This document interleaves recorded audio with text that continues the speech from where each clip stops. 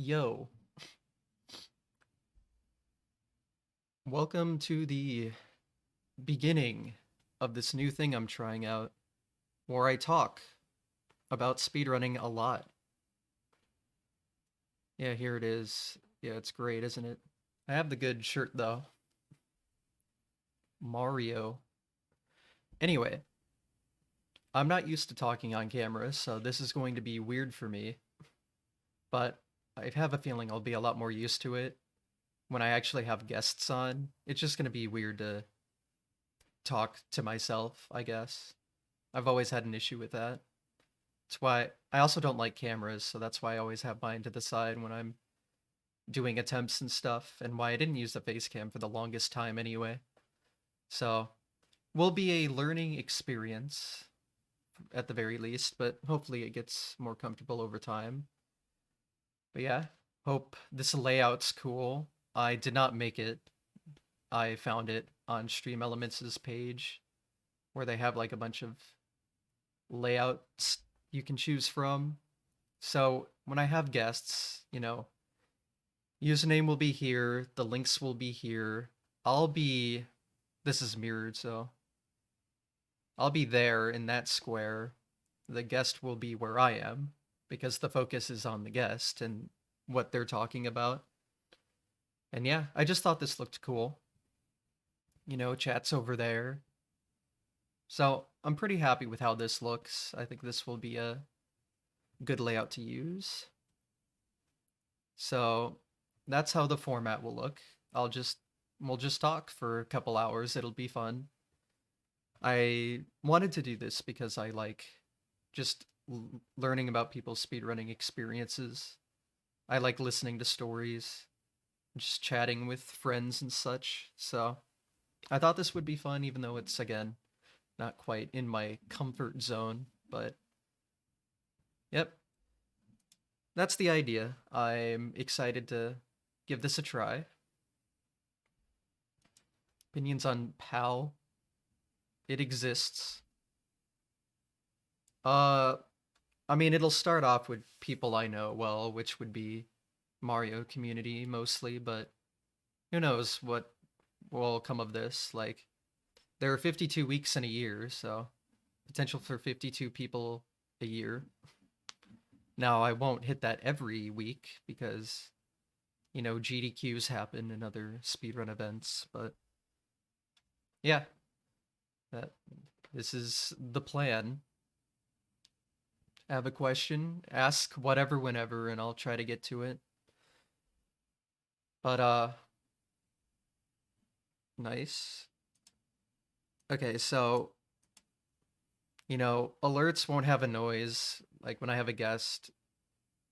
Also, the alerts will cover my face over there, so it's not too intrusive.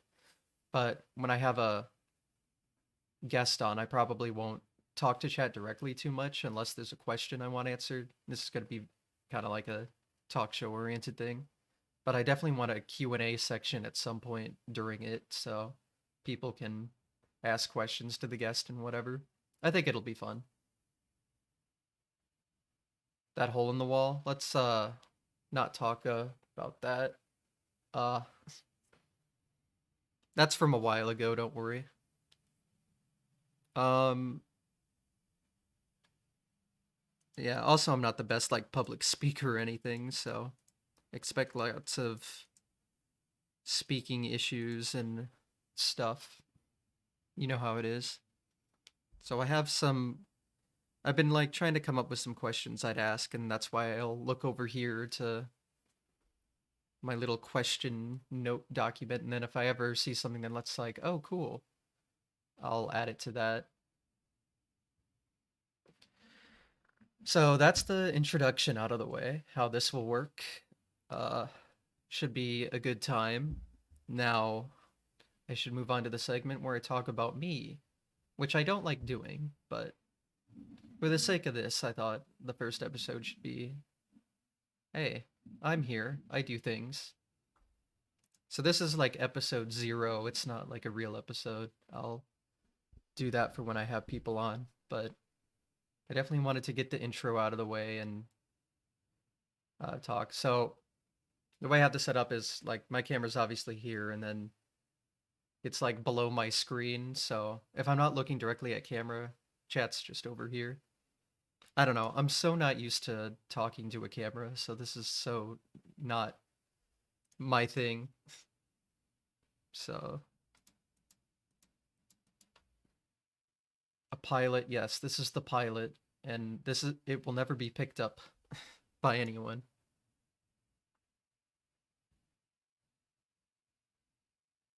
Uh, I try to be active, but yeah, I guess I'm not. I used to be. I guess I can go into that more. I want to be. It's just hard. I'm in like so many fucking servers. I'm in like 50 of them, I think. It's hard to organize them all too.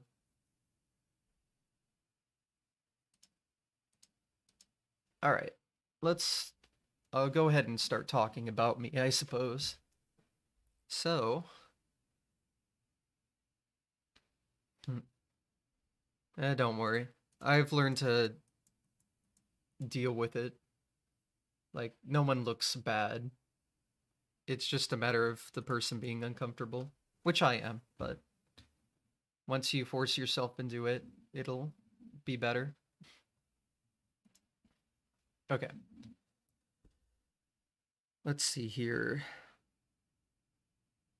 I guess I'll start with how I got into speedrunning myself. So, in 2017, it was August. So, I had just graduated high school that year. So, I was 18. Yeah. I what was I doing? I forget what led to it, but at night I just watch YouTube at night a lot, like for an hour before I fall asleep in bed.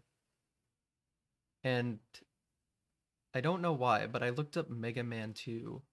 There had to have been something that happened that day that got me to search it, but maybe I was looking for the music or something, but what came up was a video called a world record progression of Mega Man 2. Now, I should mention that that video doesn't exist anymore. It was privated because of like epilepsy warnings, but and now it's been replaced with a much better video, but it existed when I saw it back then. So I don't know what enticed me to click on it, but I watched it and thought it was cool. But the important part was I was then recommended the Mario 1 video, and I actually knew about that game. Well, I knew about Mega Man 2, but I didn't play it. I played Mario 1 a ton as a kid because I had an NES growing up. It was my first console. It was the first game I've ever beaten, so, there was that emotional attachment to it, nostalgic. And that video really stuck with me. Even though it was like an early video and Salt probably wouldn't say he likes the quality of those products anymore. I thought it was great at the time, especially. And I never had a Twitch account or anything. So I saw that video at night. I fell asleep. The next day I like woke up, made a Twitch account and followed people from that video. Like I just thought it was so cool and I wanted to watch it. So that's why I'm on this site at all. I made my account that next day. I think Twitch will show you like your account creation date. Mine's like August 9th or something. So I would have saw the video August 8th at night and then made it the next day. So that day I followed Darbian. He was my first follower and he wasn't live. I think he just ended stream and he was hosting some Wes. So that was the first stream I ever watched. Which is funny because now I've been to Wes's house a couple of times for co-op attempts and I know him quite well, so it's funny that someone that I call a friend would just happen to be my the first stream I watched when I had no idea who they were. They weren't even in that video. So it was just a funny coincidence how that works. So that's how I like joined Twitch. I didn't start running myself for a couple months. I just wanted to watch everything. But after watching enough, I would mess around on an emulator and eventually, like in October, started doing it. So I started on an emulator, you know, and I had it really weird. You know how like the arrow keys are on the right, so I wouldn't do this in modern day, but I think when I started running on emulator, I used the arrow keys with my right hand and like held W and Q or something with left and like had the buttons backwards, so I'd use the middle finger to jump and the pointer finger to run. It was really messed up. I don't know how I did this, but I'm pretty sure that's how I started. And the laptops I had were so bad too. I don't know how I did it.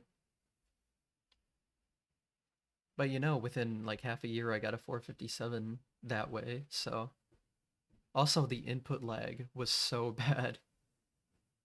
It, I don't know. It had to have been like 10 frames.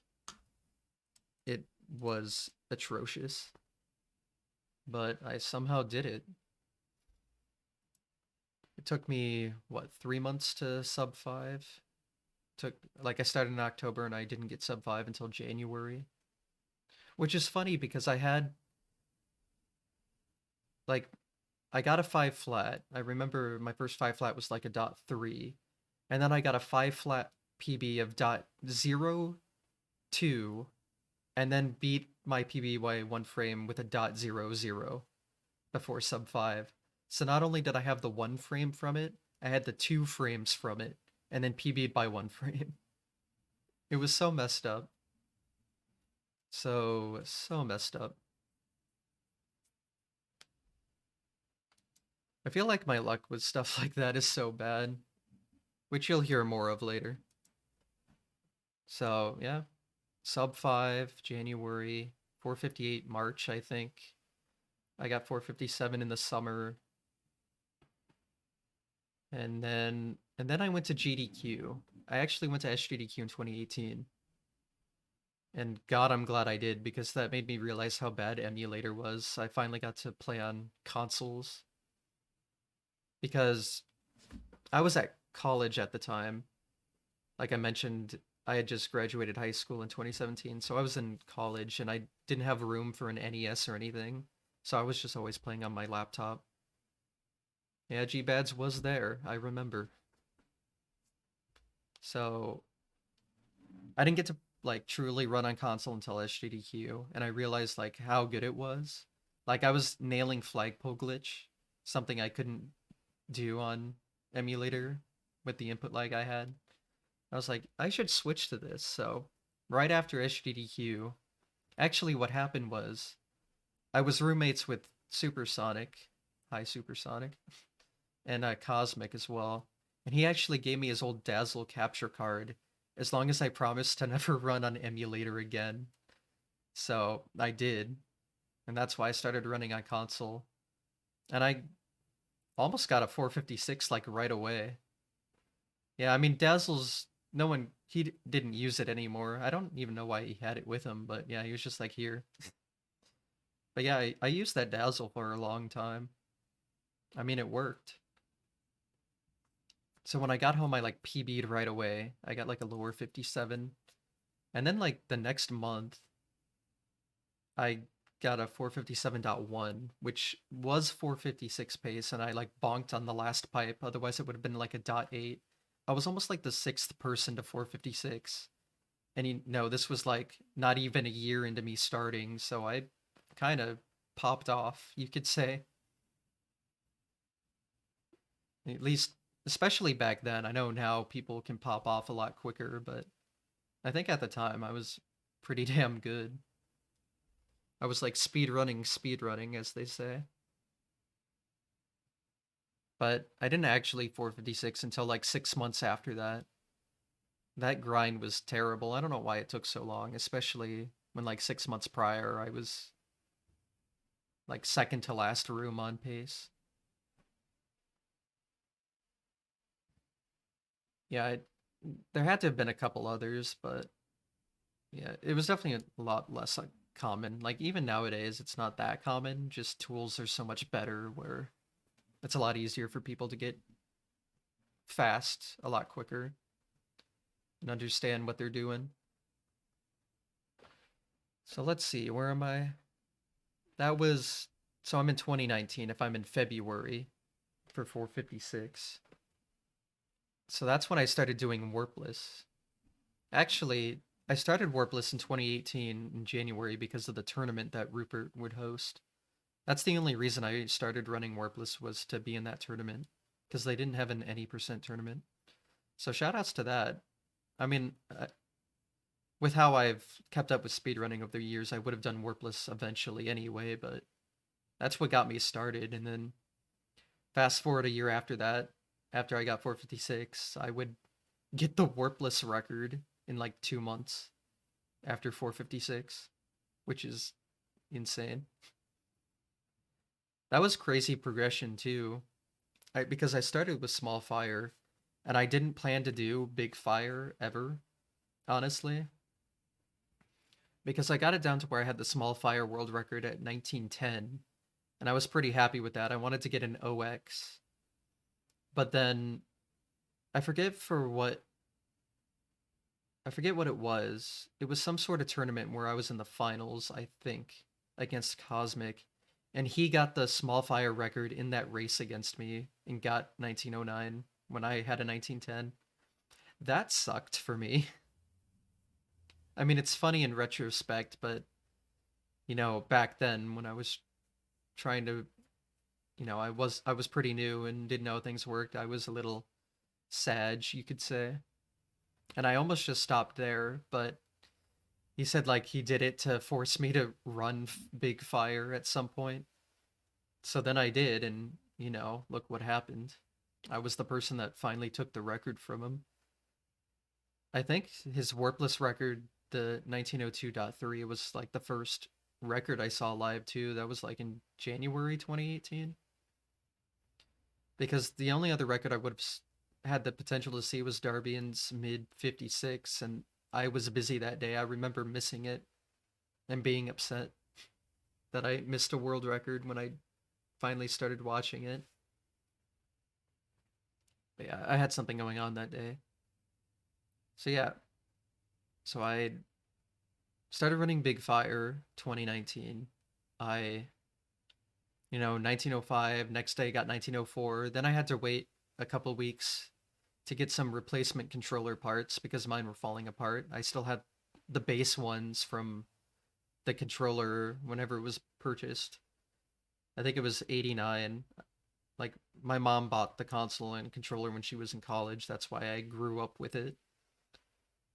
So it was super old stuff. So I replaced those and then the next day got a 1903, then the next day got a 1902, then the next day got world record.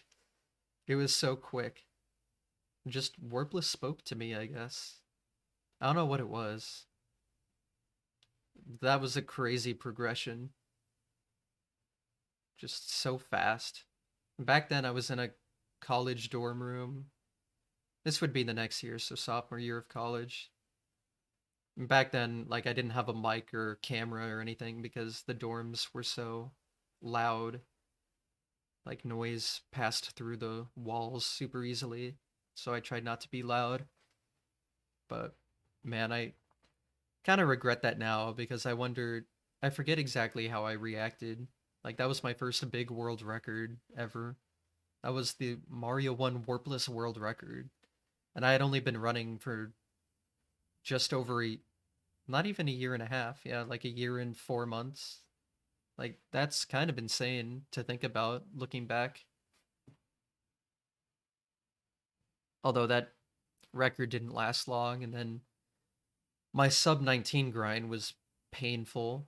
I actually remember I almost got a 1901 like 4 days after my world record and then took damage. I think I got Lodabu. Otherwise, it would have been a 1901. I was tied world record into 8-4, and then I think I had a faster 8-4. Oh yeah, I almost got 19 flat before Cosmic got record back, but 7-4 is hard. Especially back then, it was harder. I eventually found strategies that made it a lot easier, but back then it was hard. And I screwed up the one jump that was hard. and that was just it. That's how it goes. But yeah, I almost had it.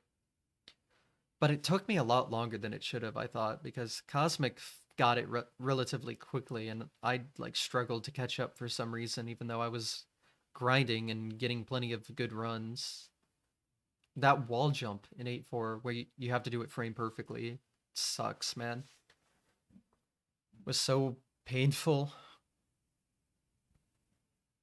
Yeah, that was a low point. Just I always struggled with motivation and not getting upset, especially back then. So that was painful, but it did eventually work out like a year later where I got sub 19, then beat world record, then beat it again. Although when I beat it again and it was 19 or 1859.00, damn, rip, getting a second barrier. Because when I got world record, like all of my world records weren't second barriers, and it wasn't until I got 1857 where I finally got one. It took me like 2.5 years almost to break a second barrier. Although the way I got 1857 was ridiculous. I know that much. Yeah, like he struggled too, but I mean, his grind was 2 months, mine was 11. Like, I don't know why it took so long. It was just kind of ridiculous. But yeah, it did work out eventually. It just took forever. It took 2 years until I, like I said, broke a second barrier in that category. It was so hard. Yeah, I've been mainly just talking about any percent and warpless, but you know, how did any percent work after that? I know I talked about 456. It took me forever to 455 even, which is funny because I know like there was 1 year where I just went ham on any percent, maybe 2020, where I went like from high 456 to low 456, almost 455. Because I know I have a 456.0, and when I got that, I like missed the 8.3 FPG setup. But if that was a 455 with that 8.4 speed, it would have been, what was it? It was .062 minus 35 to like 7.1, I guess. And that's when world record was 455.64, so that would have been a damn good time. And then by the time I finally got 455, I think record was already 454. That's how long it took. Just my luck with things. I suck at getting runs quickly over time, or at least like when I started, I got times pretty quickly. But if I was ever trying to like get a goal, it took me forever. I don't know what that is. It's very consistent with my history though. So let's see.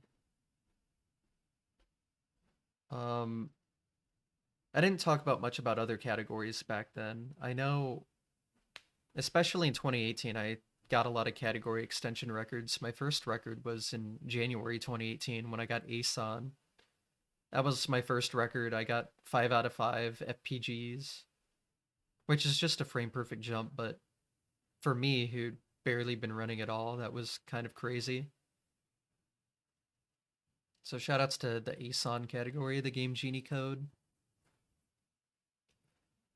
But yeah, I actually keep track of every record I've ever had in a little spreadsheet that on Twitch. It's in my panels below stream. I have like a world record timeline.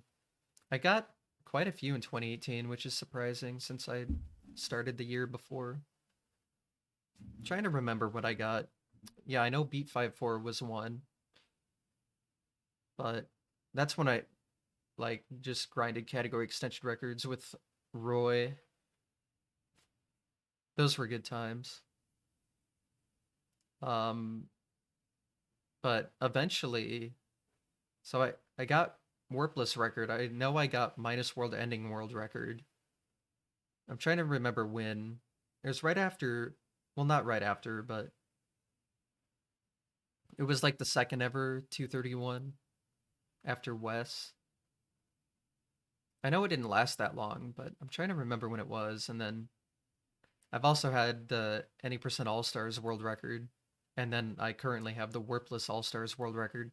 So I've had 4 out of 5 main category world records and like half the category extensions. So I've done some work, you could say.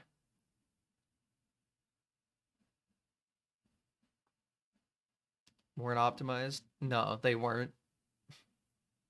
I I like Me and Roy at least led the charge to optimize category extensions for fun, and now it's just ridiculous. But I mean, a lot of my PBs and category extensions are ridiculous too, so it's a lot my fault. Like the blame comes on me too. Like I have a 455 second quest and a I can't even believe I said that. That's just wild. I should talk about glitchless actually now that I think about it if we're talking category extensions because that was like the other category I dominated forever. Like my first glitchless record I think was in 2018 and that was like a big deal to me because that seemed like a main category record and that was before Warpless or before any like main category thing I got cuz Warpless was the first in 2019. But when I got glitchless record it lasted like 4 hours before it was beaten, which sucked for me. But then I would go on to like hold it for almost 2 or 3 years straight. So things work out in the end. God, that grind was crazy. But yeah, I talked about warpless and glitchless now, so I want to mention the two big speed runs that I'm most proud of are 1857 and the first 502 in glitchless. Like finally breaking a second barrier in warpless after 2 years was a huge deal for me, especially with like the mental game I was going through with those grinds. It took way too long. And then the first 502 glitchless is just ridiculously insane. Like the 8-4 I did has like a couple dozen frame perfects or something. I need to like go through and count it up. You know, I've thought of making a video of some sort about it. I was never 1 frame away. I was 2 frames away at one point, but I beat it pretty quickly. I remember I got 4 frames away back, and when I was 4 frames away, it was still thought to be like not realistic. There was like a 2 frame save that made it realistic. And then I tied that run twice. So I have 3.051s, and then I got a .018 and then 502. But yeah, I think I'll make a video explaining that glitchless run, that 502 or something, because I think that run is just needs an explanation. Like you don't understand how crazy it is. Like a normal person wouldn't understand why it's as insane as it is. Like it's just I can barely believe it.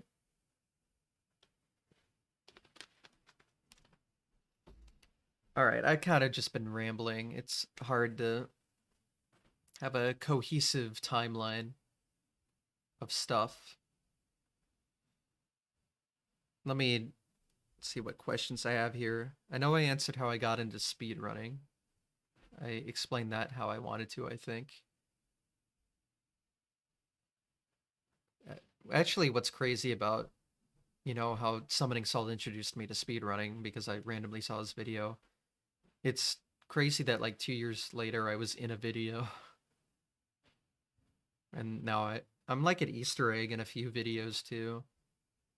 He puts me in there sometimes for fun. Not entirely sure why, but I'll take it. So that's cool. I know the first big video I was in was a Bismuth. I think when he was explaining 455. Yeah, it was the 455 video when I had the 84IL world record. So that was cool.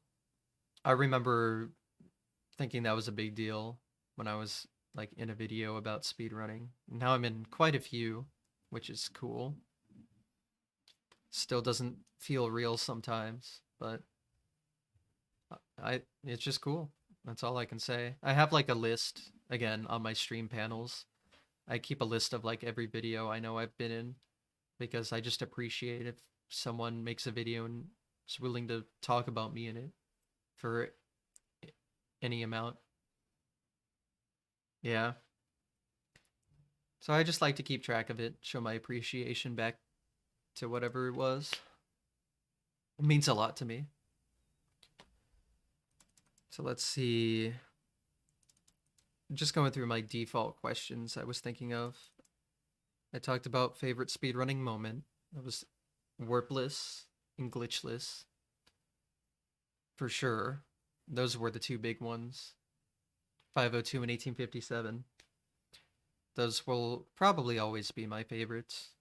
They're just they were after such huge grinds and huge payoff and were big deals. Like the 1857 was crazy that it was the day after the previous world record. After I couldn't even get 1858 and I just skipped straight to 57. Although I technically had the first 1858 if we're going to be technical. Like I only lost it to lag frames, let's be real. Anyway.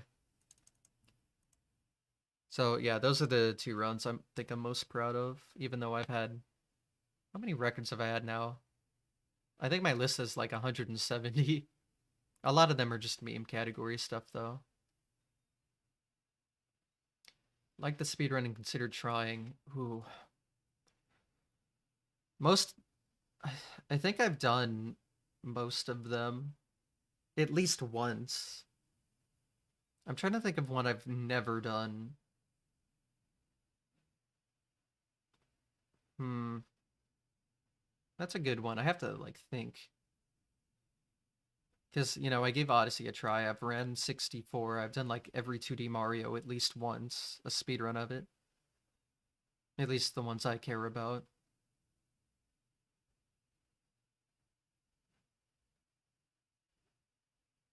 I'm trying to like think category specific. Like I can come up with games that I know like 64, 120 star. I've only done one run ever, and it was like a follower special or something. I'd love to put more effort into that someday. Non Mario. It's so hard. Like I have things I've considered, but I don't know if I want to put anything in stone or anything. Um, because non-Mario stuff, like I ran Sonic 2 once. I'd like to improve that, but I've ran it before, so I can't say that's like a new thing. I've given Marble Madness a try, although I'm not too huge into improving that significantly. I'm mostly a Mario person. Like Mario games are what I enjoy. So I wouldn't expect too much non-Mario, but I'm not like opposed to the idea or anything. As time goes on, I'm sure I'll be like, "Oh yeah, that sounds fun." Like maybe some other NES platformers or something. Definitely not out of the question. I'm just not entirely sure yet. I'm really trying to think of something I've like watched a lot of that I've never touched, but I really can't think of anything.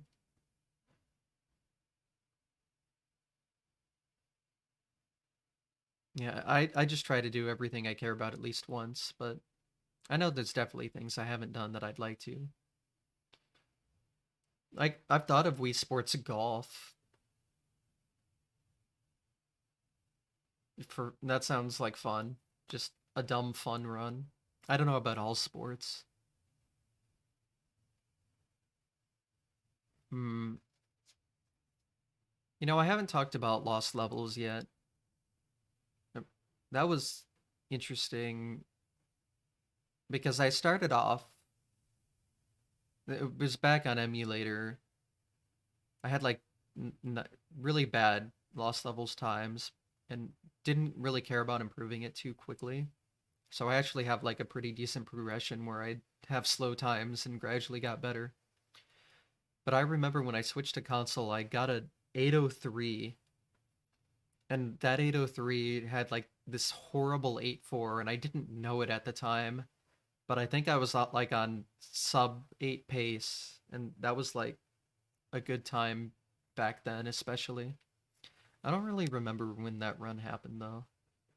Otherwise, I could like explain just how insane it was. I know I waited on a Bowser, and it was like a. Actually, I could be wrong. I need to like look at that run again because that was my PB for years before I got sub 8 finally. My first sub 8 didn't even get super jump at 5-1. Crazy to think about. Yeah, I can't believe how long that run lasted. And then I never took Warpless seriously until, what was it, the end of 2021. And then it took like a year to get world record after like grinding that consistently. That was painful. I never thought I'd have a grind more painful than SMB1 Warpless, and then SMB2J Warpless decided to prove me very wrong. But I did finally get it. I still have it. That's one I'm proud of. Although I'd like to improve it by a lot. I need to get off my lazy ass and actually do more attempts. I've been really lazy with speedruns recently. Hmm. I haven't talked about GDQ too much.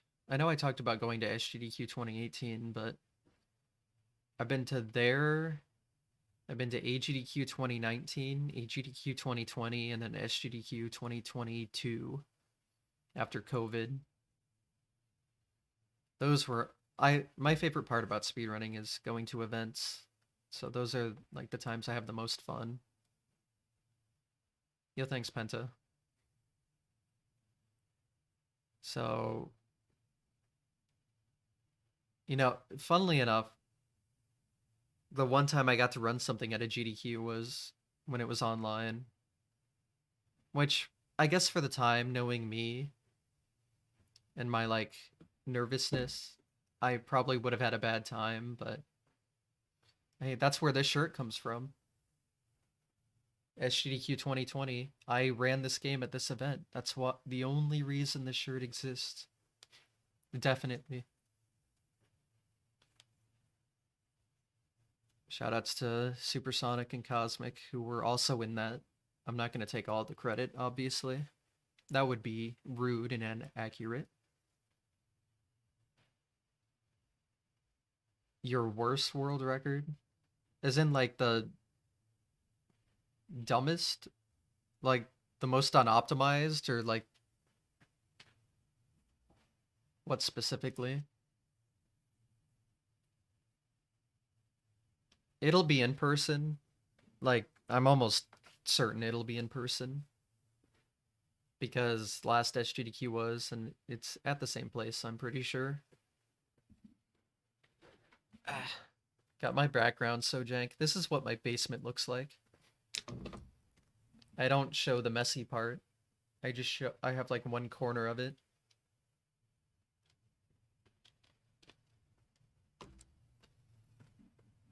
Let's see. My worst record. I have some really obscure ones and some ROM hacks.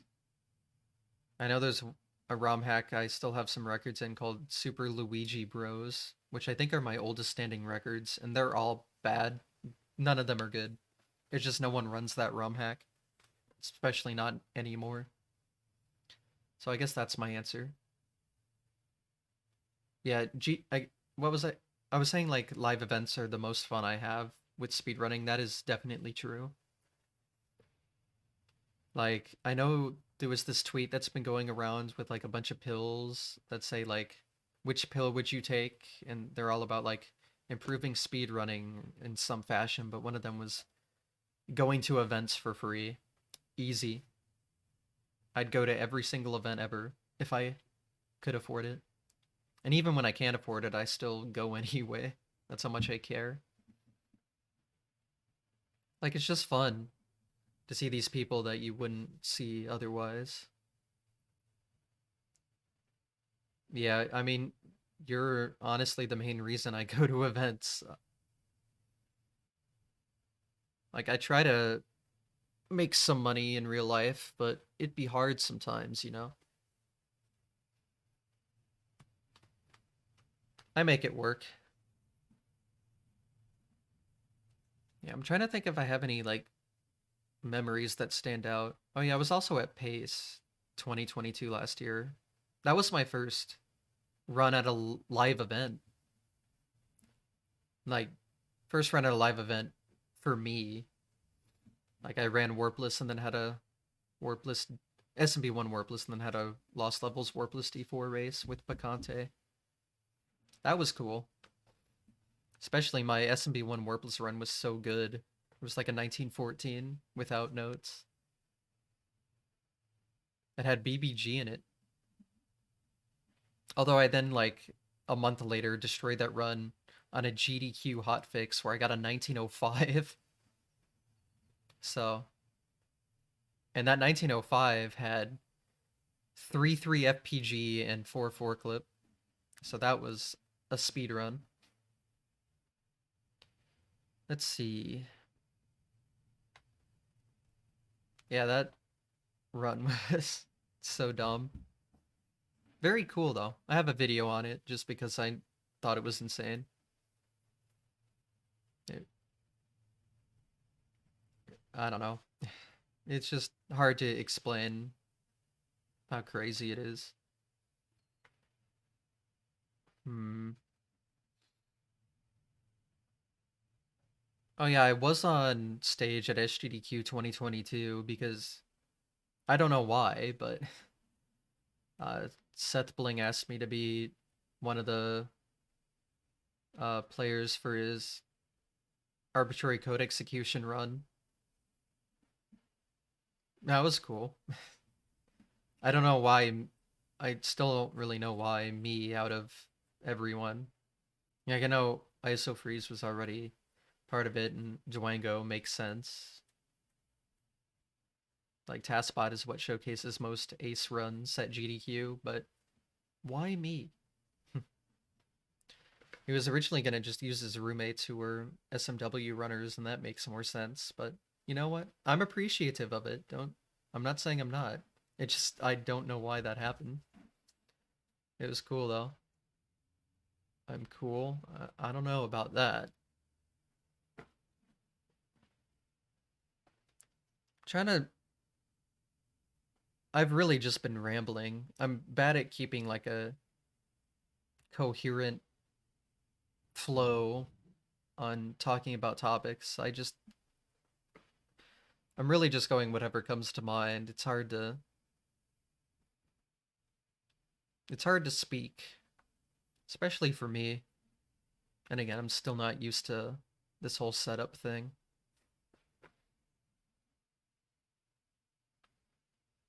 This will be a lot better when I actually have guests. It's hard to come up with things on the spot about me. I don't really like talking about myself. Um, yeah, I'm actually surprised I'm doing this at all, like talking to a camera. Like, I feel a lot more comfortable right now in the moment, but for the longest time, you know what? I'll talk about this in detail. I don't really care, but I started going to therapy last year because I noticed I was starting to have some really low points, and I realized I had generalized anxiety disorder, which explains why I didn't use a mic or camera for the longest time, and why this is still kind of uncomfortable to me, but I've been working through it. So, you know what? That's nice. No matter what you're struggling with, you can always fight it, you know? I'm very inspirational. That's what I am.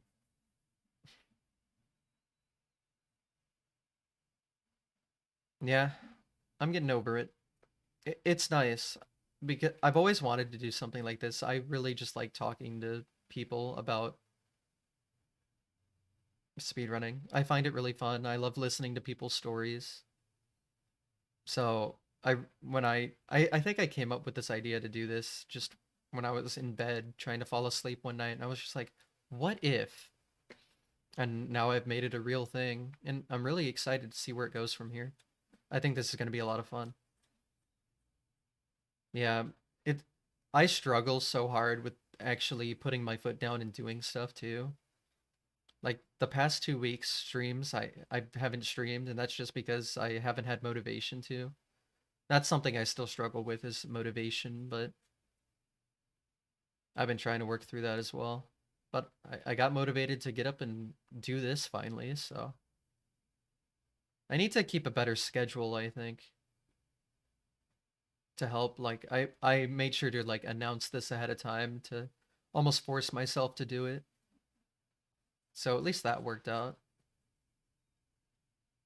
But yeah, I'm excited for this.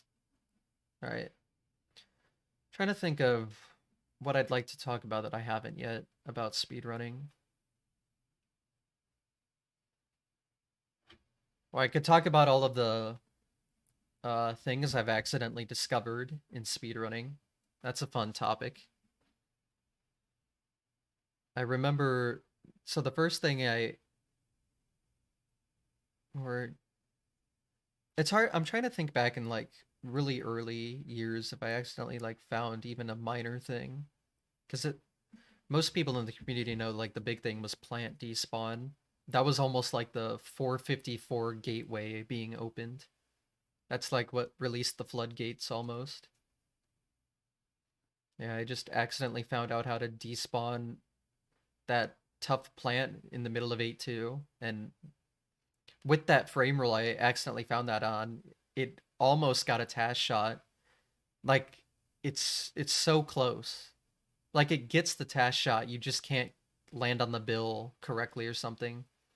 I'm not a task expert, so I can't explain it fully, but I think Blaze It better explained it for me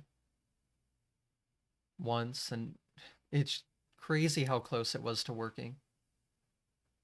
And then like one frame rule was found where you don't even have to do anything dumb. You just run through it and the plant always despawns. Shoutouts to frame rules. I think Yelsrick sub 5 has plant despawn in it. That frame rule I just mentioned. You have to wait like half a minute though on the title screen for it. But yeah, I remember like the Discord blowing up, being like, "Holy shit, how'd you do this?" And I think my laptop was busted at the time and in the shop, so I was just like getting screenshots with my phone camera of my television and typing on my phone. It was something like that. Crazy day. And then like TAS 2 became a thing anyway without the despawn, so oh well. Didn't end up being anything. It was almost cool though. We got this close.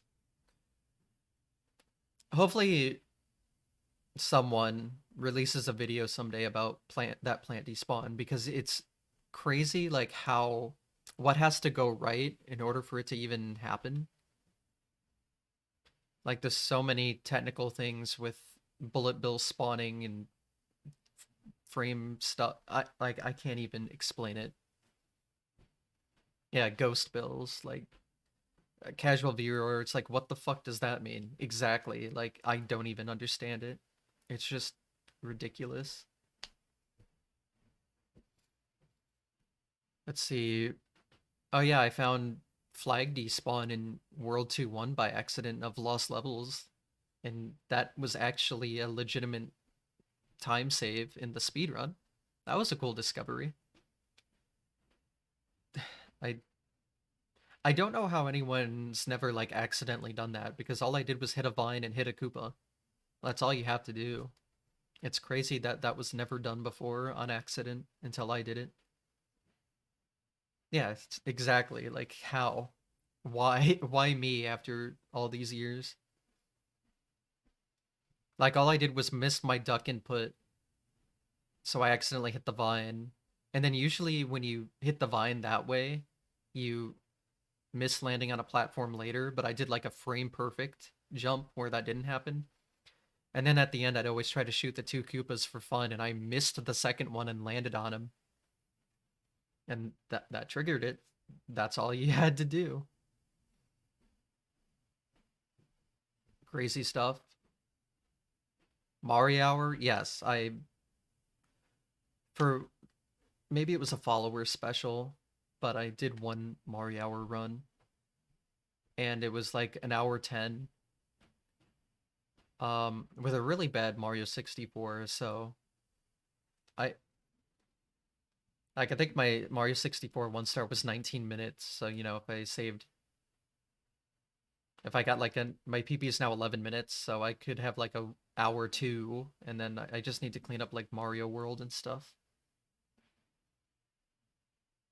But yeah, I will get Mario Hours someday. That is a definite. I have all the consoles. I will do that. There is no problem with that. That is a promise I can make.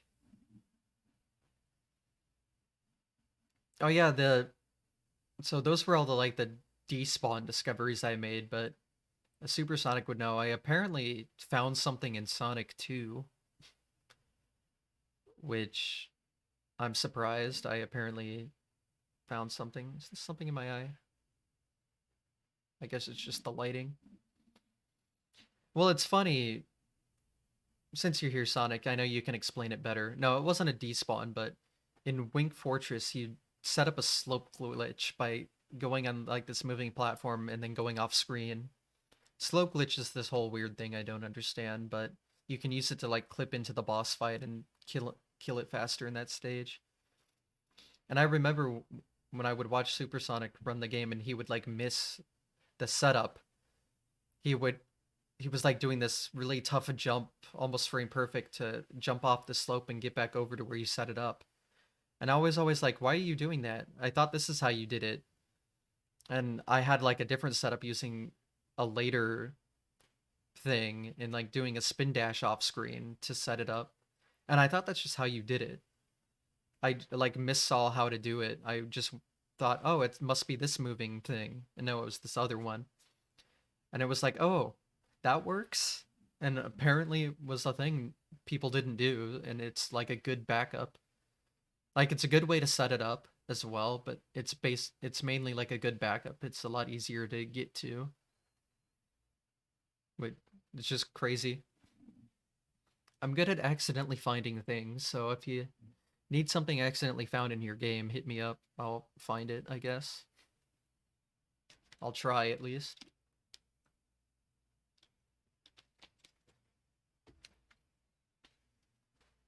So those are fun.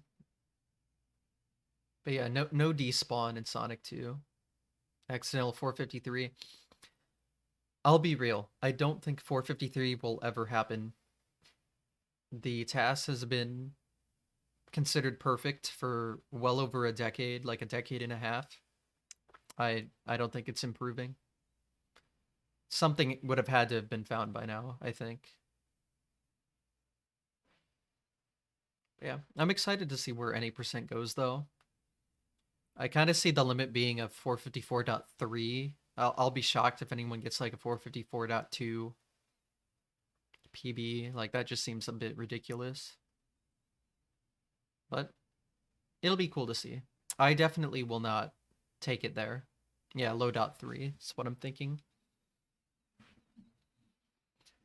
My personal any percent journey will stop at probably a 54.7. I don't want to do Lightning 4.2. I've still never hit Lightning 4.2 in an IL. I've barely tried. I just don't understand it. Someday I'll hit it, but I don't know, man. That that trick is dumb. I don't want to deal with it. Yeah, Lukuki and Nifsky both have perfect 8-4s. Both their sum of best tie the task, don't they? The closest I'll get is like a dot 3 sum of best, I think. Because I'll never like get a perfect 8-4, but I'd want to improve my 8-4 IL at least a little bit. I've had the 8-4 IL record twice. Did I mention that? I feel like I talk about any category and be like, oh, by the way. Except any percent. That'll never happen. I got close though. Top 3 at one point. I was the 10th person to 56. I got pretty close.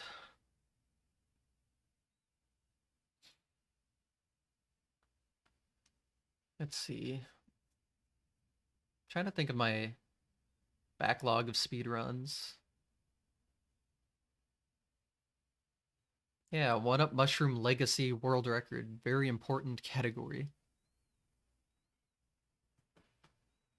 I mean, I've had like half the category extensions at some point.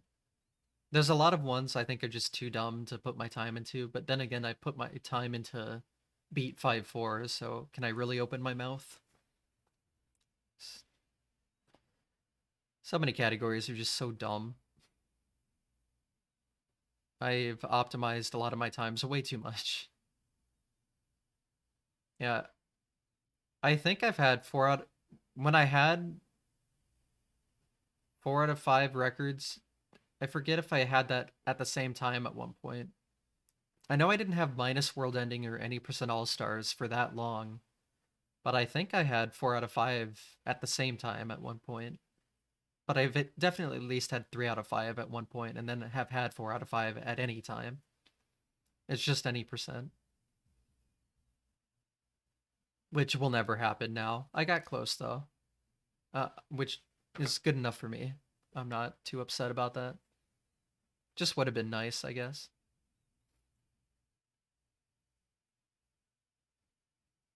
Very close. Yeah, falling fast excels. Hmm. I mean, most of them I've done again. Like when I started doing speedruns, I mainly just did SMB1, so I come back to that all the time. Um, I mean, there's some old category extensions I'd like to improve. And then there's some like lost levels categories I need to come back to, but I don't know. I don't think there's like a game I haven't done in a while. I'll put it this way. I'm gonna keep mentioning like the Twitch panels below, but I have one that has a spreadsheet of like every speedrun I've ever done, like all my PBs, all my goal times. Almost all of them I'm coming back to at some point because I'm not a lot of runs I've just done like once for a throwaway and I want to actually like get a decent time in. So I'll come back to all of them. And then I even have a little section on there that has games I'm thinking about doing, but those aren't set in stone or anything. Just some things I thought might be fun. So yeah, like all that information is in that spreadsheet. It's called like Speedrun Doc, and it's in the stream panels. I have a lot of stream panels that have most of my information for anything related to me. That's like just where I throw it all. All my spreadsheets. I have like a casual games list. I have a document with every world record I've ever gotten. I think it's like 170 now. Very cool. You know, I have the list of all the videos I've been in. I mentioned that. I have what else? I have a spreadsheet for like the world record timeline for SMB1 any percent warpless and then 2J any percent based on the videos I made on my YouTube channel with all the records being played at the same time. I like keeping track of a lot of that data in spreadsheets, so I have a lot of those. All linked below somewhere. Hmm. I want to thank that person, but I think that person's banned in my chat for stealing my run and submitting it to the leaderboards. Speaking of, though, I should talk about like moderator stories. So I guess nice segue. Thanks for the dollar. Um, it's weird that it didn't pop up in my feed though. I don't know if it was real or not now. Stream elements, you gotta update. SME1 archive. I'd be interested in what you mean by that. Yeah, I mean, I just saw a notification that I don't think it's real though. I didn't get a notification in my activity feed, which makes me think. Sorry, hold on. Something in my mouth. Gross. Makes me think it wasn't real, but I don't know. Anyway, fun moderator stories. Well, it's the I have the Stream Elements activity feed, which tips should show up in. So it's not Twitch, is why I'm confused I don't see it at all. Hmm. Oh well. Anyway. Oh, nope. It just refreshed. Never mind. I apparently also missed Penta resubbing with Prime. No, I did mention that. Alright, it was real. Yeah, the person that donated submitted my PB at the time as their own, which is why they're banned. But yes, I remember you because their donation message says remember me. Yes. Anyway, good segue into moderator stories. I forget when I became a mod, probably 2019. I was asked to join the squad. And I've done a few things. I've been the person that's been updating the world record progression page on speedrun.com. Like, I know it says, like, Blubler or Saradoc made the sheet, and he did, but I've been the one that's been editing it and keeping it up to date for the past, like, 4 years. Especially recently when it was found out a lot of Andrew G's runs weren't retimed correctly and were retimed again with modern tools. I went ahead and fixed that all up. But the funny thing is there are so many just awesome submissions, like meme submissions that get rejected that people don't see. There's a moderator Discord, and I recommended we add a page called like rejections for the lulz. I think it's named now. Or if there's just like this stupid submission and you write, and for stupid submissions we usually just don't give them the time of day and write a meme rejection message, and then we post them in there and laugh. But yeah, if you're gonna waste moderators' time, we're not gonna give you the time of day. So expect a meme answer and response. And also just don't submit meme runs. Don't waste the time of people. It's annoying. Don't do it. But yeah, there's some funny ones in there. Trying to remember any good ones. None come to mind, but there's been some fun stuff. People are dumb. People submit some shit, let's just say.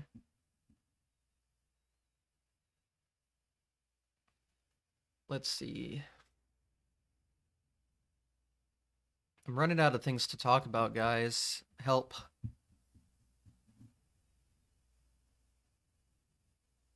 Wonder if I could talk about my setup, I guess. Future runners, yes. I have a couple, and then, I have a list of people I'm probably gonna ask, and then, you know, I'll fill it out. But yeah, I have a couple lined up, don't worry. I plan ahead. I'm not just doing this all willy-nilly. I have planned ahead. I'm being smart. We're gaming. You have paper toys? That sounds cringe. I still have a bag of all of the McDonald's toys that someone gave me. Although they're covered in like apple slice juice. I found that out from that one stream. You were there, Pentis. You know what I'm talking about. Unfortunate. Yeah. Yeah, I get it. It's interesting actually to know that like toys are different in different countries. I guess it makes sense, but it'd be easy to just mass produce them and ship them everywhere. Them being different at all is kind of interesting.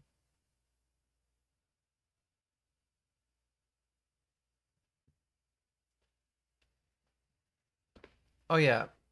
Here, I thought of a game. Excuse me. I thought of a game I'd like to run someday. I really like Mario Kart games, and I've never done a speed run of one. So it'd be cool to do like maybe Mario Kart 64, maybe Mario Kart Wii or something. There's an answer I can give to that question finally. I really want to do Mario Kart 64 someday. I know that for sure, but I'd have to actually like learn how that works a little better. But I play a lot of Mario Kart Wii for fun, especially like custom track distributions and stuff.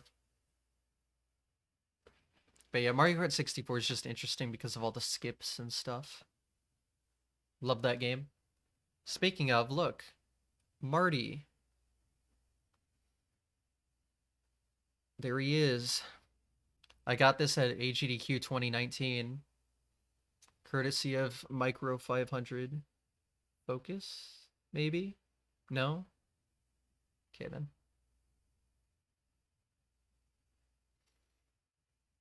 He printed a bunch of these little 3D Martys out and gave them to people.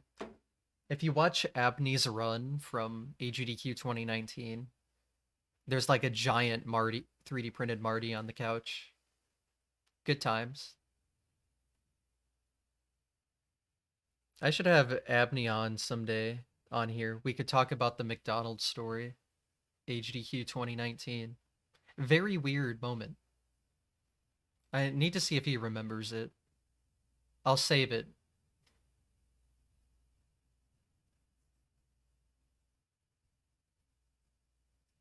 Yeah. I have a lot of little random things that are on my TV. There's a little Mario Kart guy. Some people just give me random Mario stuff.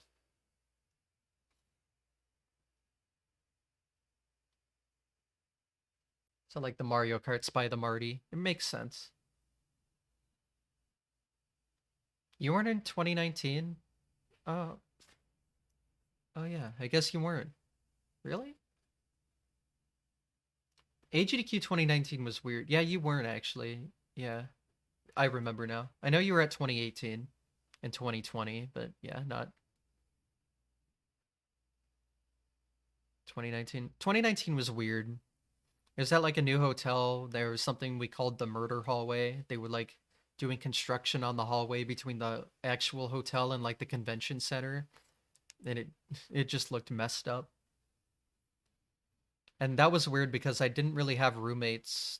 A group of the Mega Man X runners took me into their room. I was like a fifth, so I slept on the floor.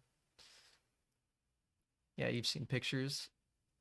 Yeah, that was an interesting one. And then like the final day of the event, there was like this giant snowstorm and I missed my flight because of it and had to stay an extra night, which was nice actually because I was supposed to leave a day before the event ended, and because of my me missing my flight, I got to stay an extra day and see the end of the event.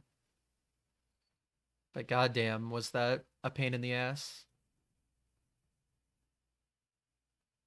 Yeah, I don't know about delays by more. I missed my flight. My flight took off.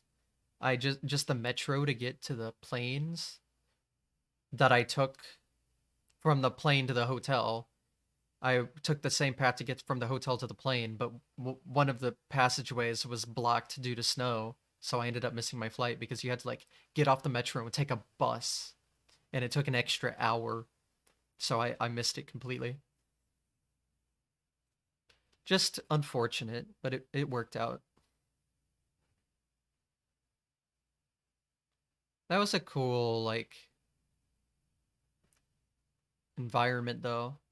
It was just cool being at a GDQ with snow. Like the next year it was in Orlando, and then the only other two GDQs I've been to were both SGDQs, so there's not going to be any snow in summer. It was cool. There won't probably ever be anything quite like it. Actually, I don't know where they're gonna move AGDQ to. I shouldn't say that. Hope that all works out. Have they? I guess it's not out of the question, but it would be weird. Yeah, I guess. Well, yeah, HDQ being so early this year might be a cause for different weather, but I mean, usually, HDQ is like in June and July, so there's really no way there'd be snow. Wish I could think of some other GDQ stories. None come out in my mind. I can really just call like simple things like I know at AGDQ 2020, I saw all of the cool runs live. Like I saw the SMP3 race. I saw the two-player, one controller blindfold Mike Tyson's Punch Out. I actually like watched them practice a little bit too. That was cool. I remember the practice room. There's a lot of battle mode because Darbian was at that GDQ. That was when he like was away for a while, so that was cool. Yeah, HDQ 2020 was stacked. Really good event. It had the Guitar Hero showcase. That was sick. Yeah, the battle mode was fun. A good memory I have is when I had a Nintendo 64 rented and I had uh what was it? Smash Remix. It's like a Smash 64 ROM hack. Super cool. And I just played that with a bunch of people. That was fun. I still have that ROM hack on my EverDrive. Yeah, that showcase by Frith got me into more Guitar Hero stuff. I follow a couple of content creators now about Guitar Hero. I think there's a lot of cool and funny stuff. And then like, the skill is insane for a lot of that hard. That's something I could never do, but well, I wouldn't say I'm interested in it. Like I like a little bit of content surrounding that topic, but I'm not like I don't like do it myself or anything. I don't have a guitar. I guess it'd be cool though. If I ever get some like old PlayStations, maybe I could think about getting some games and controllers. I actually remember this brings up a memory of AGDQ 2019. There was a Guitar Hero tournament. I remember it because I think I know Abney was in it. I think Cosmic did it. I didn't. I just watched, but I know there's a picture on GDQ's like pictured thing where I'm making a shitty face, which sucks, but it's a picture of Abney playing Guitar Hero and I'm behind him. And then like there's one Ted 59 in it. I forget if Cosmic's in that photo too. Maybe.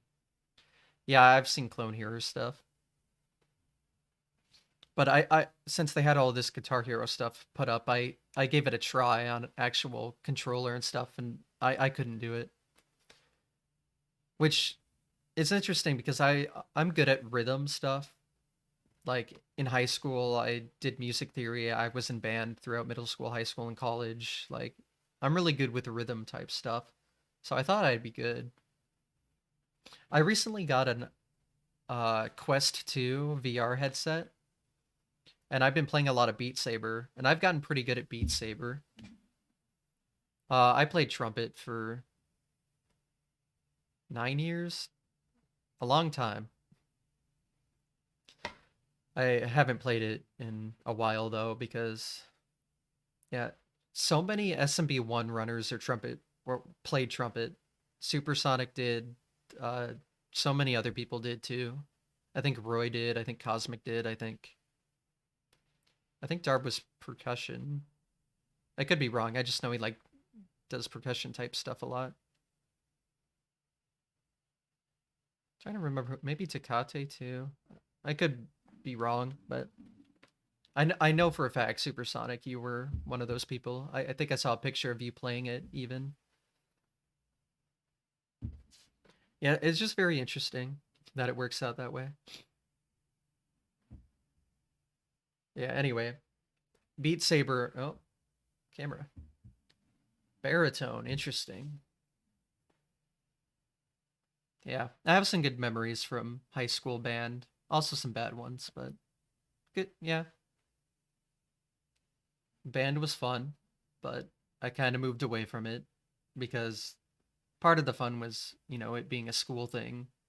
And now if you want to join a band where you play those instruments, it's like with a bunch of old people playing music you've never heard of, and I don't find that as enjoyable. So I just stopped doing it. But I could still play if I wanted to. Like I didn't forget how. Like C D E F G A B C, and then you know that's the C scale. Then you go back down. That's chromatic. I remember. I'll never forget that muscle memory. Kind of music do I listen to? I'm a classic rock person. That's like all I listen to. Modern music, I not there's sometimes something that sounds good, but I'm not a huge fan. And then I'm don't really like country rap, any of that, dance, whatever. I'm just classic rock is my go-to. It's what I play in the car.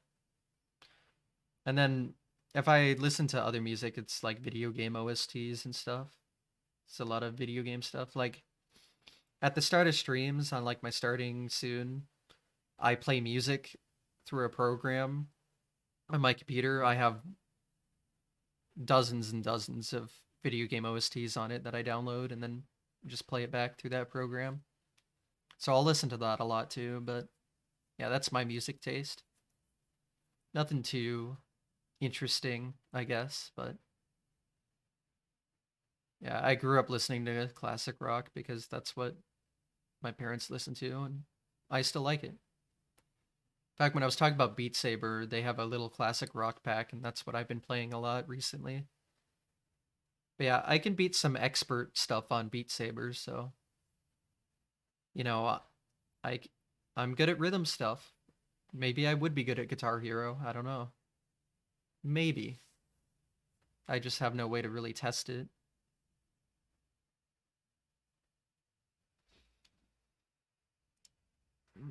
Any other good GDQ stories?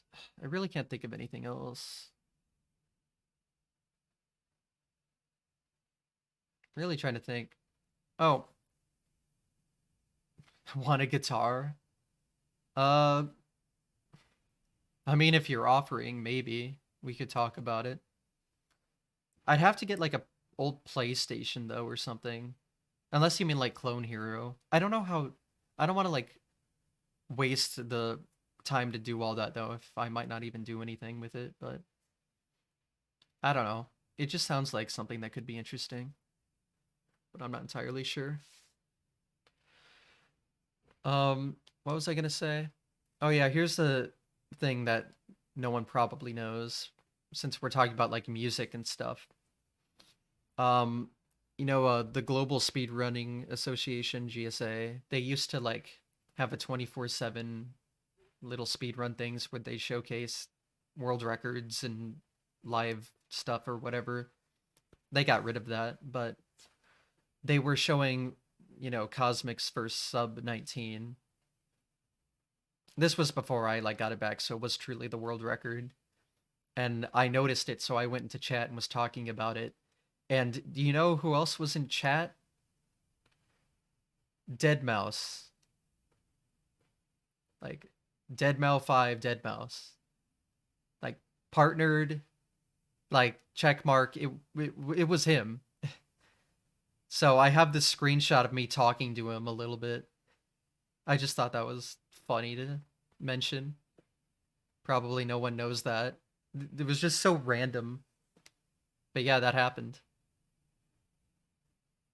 I think I posted it in my Discord when it happened. This would have been years ago though. Yeah, I know Supersonic's seen it. So it's in my Discord somewhere. You just have to scroll up a bunch, but yeah, it's real. I remember it.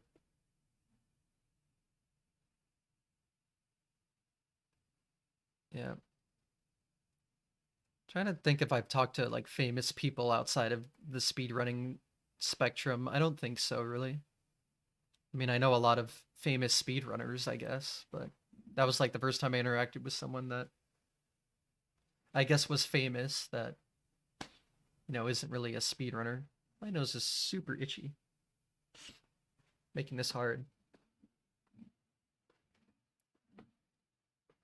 Now, let me talk about some things I really want to do with my setup. Now, I'm in this basement. It's a fucking mess, but I'm trying to get it to where we'll fix it up. I really want to get some more consoles. Like recently, I modified my AV Famicom a bit, better palette switcher, cleaner shell, and I fixed up my EverDrive, got it all up to date. So I have a really good AV Famicom now. I want to improve my Super Nintendo shell. Nintendo 64 is good. I want to get a GameCube. I have a Wii. I have a Switch. I've been thinking about collecting some PlayStation consoles because I've never had PlayStation consoles before. And I really want a Sega Genesis. I really want to like start collecting some consoles. I don't really care about collecting games per se. I prefer the conveniency of being able to just play whatever whenever through devices like EverDrives, but just like I've always been interested in like video game history stuff. I actually have a ton of books about it even. I have some books about like some visual sprite art stuff of older consoles. I have like the complete NES and SNES libraries by Pat the NES Punk that he released. So I find that all super interesting. Spiker. Oh yeah, I saw Spiker at SGDQ 2022. Yeah, I know he runs God, what was he running? It was a PlayStation game, I'm pretty sure. I want to say like Jack and Dexter, but I could be wrong. I forget exactly. But yeah. Yeah, I can talk to him about it. Oh yeah, that's right. I do remember that. Yeah. I still have my old Wii from so I said like I grew up with the NES like at the start. My next console, well, I got a DS at some point, but then my next console was the Wii, so just NES to Wii. A big step in quality, you could say. I still have that Wii from like 2008 when I got it or whatever. It still works except for the disk drive. I want to see if I can fix up the disk drive someday. I really want to get that in working order. Ran into the no, like no one who speedruns lives near me that I know of. Like it sucks, but it's understandable. If you mean like have I met up with people outside of GDQ, yeah. Like I've been to Wes's house a couple times because there's this group of speedrunners that go to this beach house in Florida once a year, and Wes invited me to it. So I go to there once a year, and then I've been to a couple of Grand Pooh Bears speedrun sessions because the both of them have been easy for me to go to. One was in Minneapolis when I was up there for GDQ, and then the other one was in my state, so it was just a few hour drive, and there was a reason to go up there anyway, so it was worth it. So those are the only times I've like been to events outside of GDQ. Well, and then there was Pace, but that's just another speedrunning event, so probably doesn't count. That should be everything. All the meetups I've done, I guess.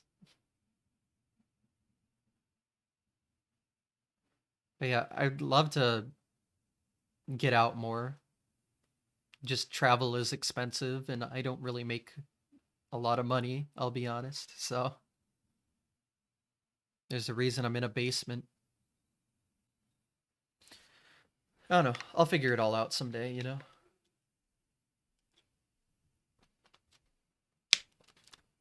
Crazy to think I've been speedrunning since 2017, been a part of the community for like 5+ years. Like it feels like barely any time has passed and feels like a bunch of time has passed at the same time. It's weird.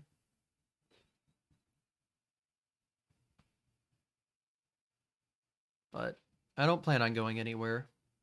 I just wish I could figure out some sort of better way to do content creation so I could, I don't want to say make money, but I wish I could like spend more time doing this and have it worth the effort, you know? That would be my like ultimate goal because this is where my passion lies. This is what I'd love to do. I've thought about it, Wolf. It's just hard. I'm hoping like doing this, I can build up more courage to do something like that because, I've always been uncomfortable talking to no one, talking to a camera, talking just to a mic, doing voiceover. It's always just made me uncomfortable, and I've talked about why earlier, but I want to get over that. That's part of why I'm in therapy to try to help build up to where I could do something like that. Because I have plenty of ideas, and I'd like to get those ideas out there someday. But we'll see. We'll figure it out. I'm excited for the future, and yeah, we'll see how it goes.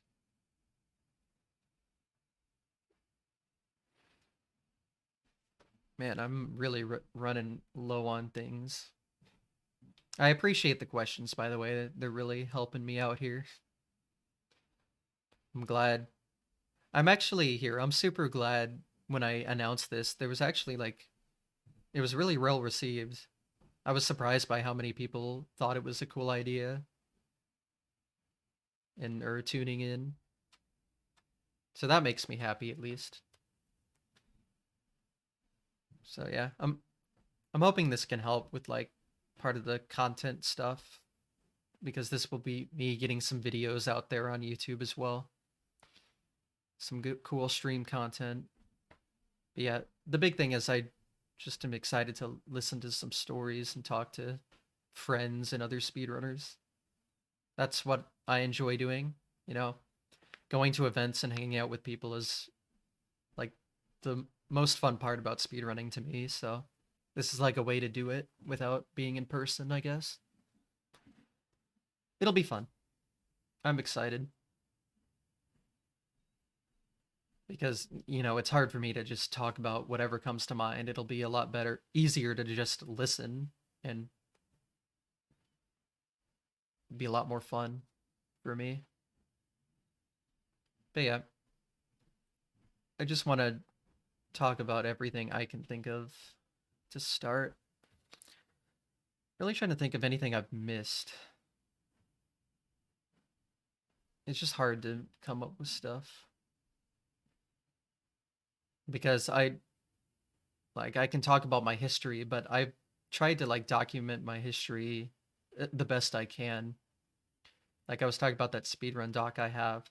It has every PB and it has a PB progression for every category where you can see like every PB I've ever gotten in that category. There's a timeline graph and everything. I put a lot of effort into that. So it's hard to like talk anything new about my history when it's like all well documented. I've made sure of it.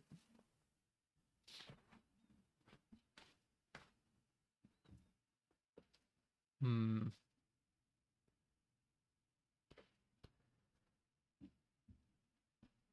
Yeah. I like making spreadsheets and keeping track of data in some ways.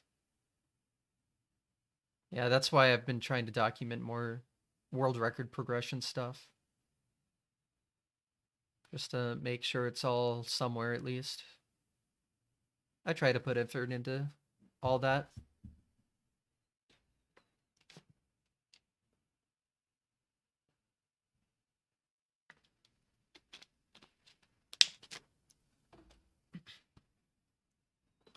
Yep. Yeah, I remember researching that when I was doing the like when I was making my world record progression spreadsheet. Like it's there, but there's like no proof. There like needs to be some sort of proof, and then you did confirm in 2002. Hmm. Like again, I know that's all documented in like the world record progression on SRC. Like I have my own spreadsheet, but then there's like the one Saradoc originally made that I update, and all that's on there a little bit.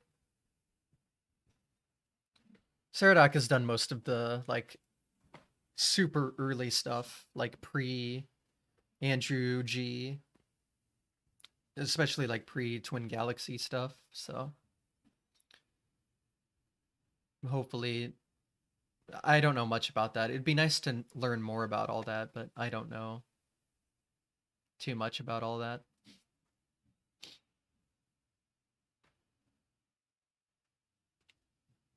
I'm wondering for this little show if I should have like some sort of background music because I know there's no music right now, and I don't know if that's boring, but I don't know what I'd play. Because if I upload something to YouTube, I don't want to get like a copyright claim or something. That would be unfortunate. Even though I don't make money on YouTube anyway, I don't have enough views to qualify for the partnership program or whatever. Yeah.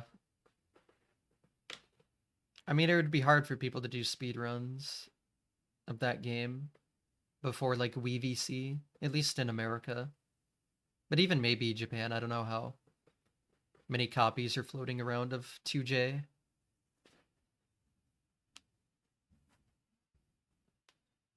Yeah, it's interesting. History's hard to if history's not like well documented at the start, like it's not going to be well documented ever. It's got the documentation's got to start somewhere. But yeah, hard to find some of the older stuff for sure.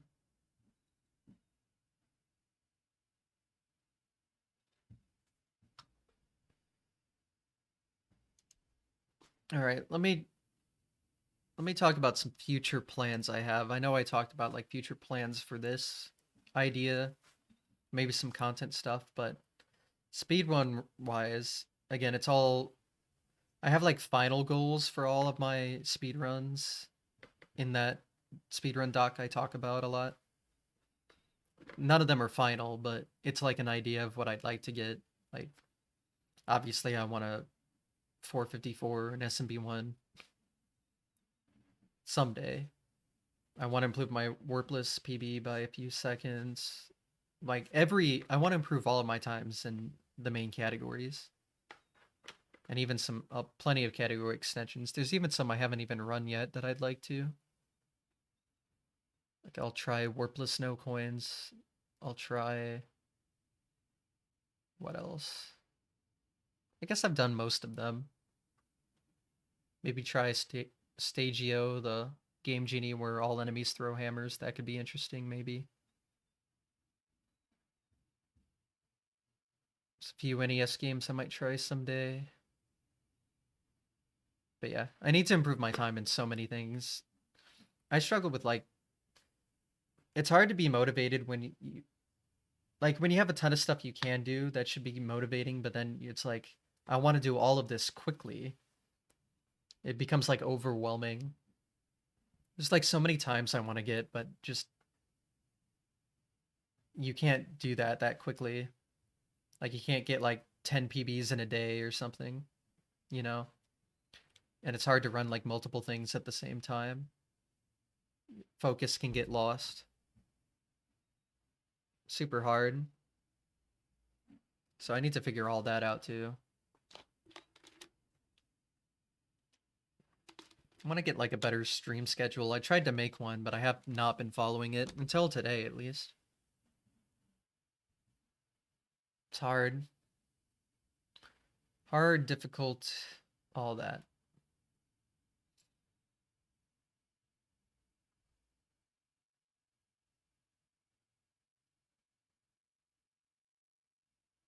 All right. All right. Any questions? I'm really just running out of things to talk about. So might be wrapping up here at this point, but I want to make sure I've talked about everything I want to, covered all my bases, answered everything everyone cares to hear from me. So I'm here. Everything was well explained. I hope so.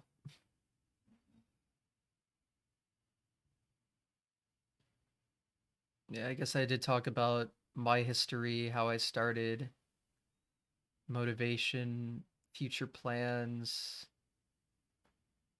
uh, some other random nonsense that may or may not be interesting. I guess this isn't bad for a pilot episode where I had to like fill the whole thing with me talking about myself, which I struggle to do with. The first guest, huh? Should I reveal it? I don't know. Should I reveal it, Supersonic?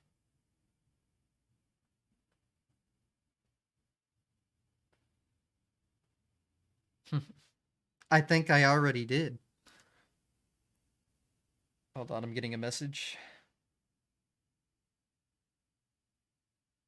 Okay, sorry. Just had to read that real quick. I have a nice little watch that I can read my messages on.